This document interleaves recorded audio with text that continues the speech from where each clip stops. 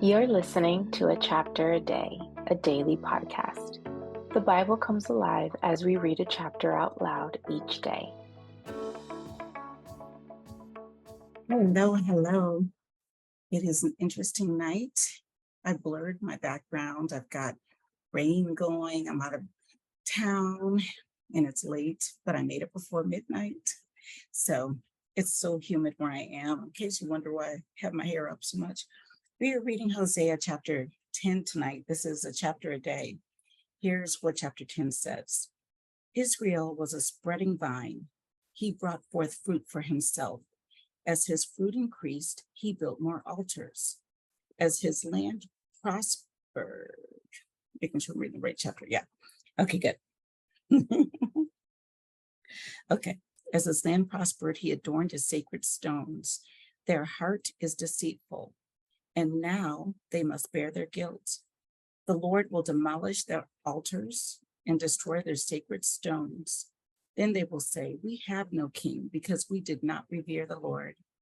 But even if we had a king, what could he do for us? They make many promises, take false oaths, and make agreements. Therefore, lawsuits spring up like poisonous weeds in a plowed field.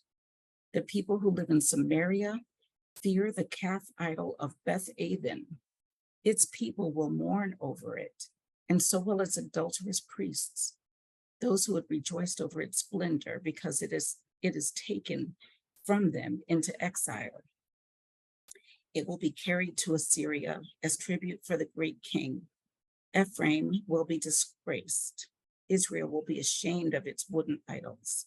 Samaria and its king will float away like a twig on the surface of the waters. The high places of wickedness will be destroyed. It is the sin of Israel. Thorns and thistles will grow up and cover their altars. Then they will say to the mountains, "Cover us," and to the hills, "Fall on us." Since the days of Gibeah, you have sinned, O Israel, and there you have remained. Did not war overtake the evildoers in Gibeah? When I please, I will punish them. Nations will be gathered against them to put them in bonds for their double sin. Ephraim is a trained heifer that loves to thresh. So I will put a yoke on her fair neck. I will drive Ephraim. Judah must plow, and Jacob must break up the ground. Sow for yourselves righteousness. Reap the fruit of unfailing love, and break up your unplowed ground. For it is time to seek the Lord until he comes and showers righteousness on you.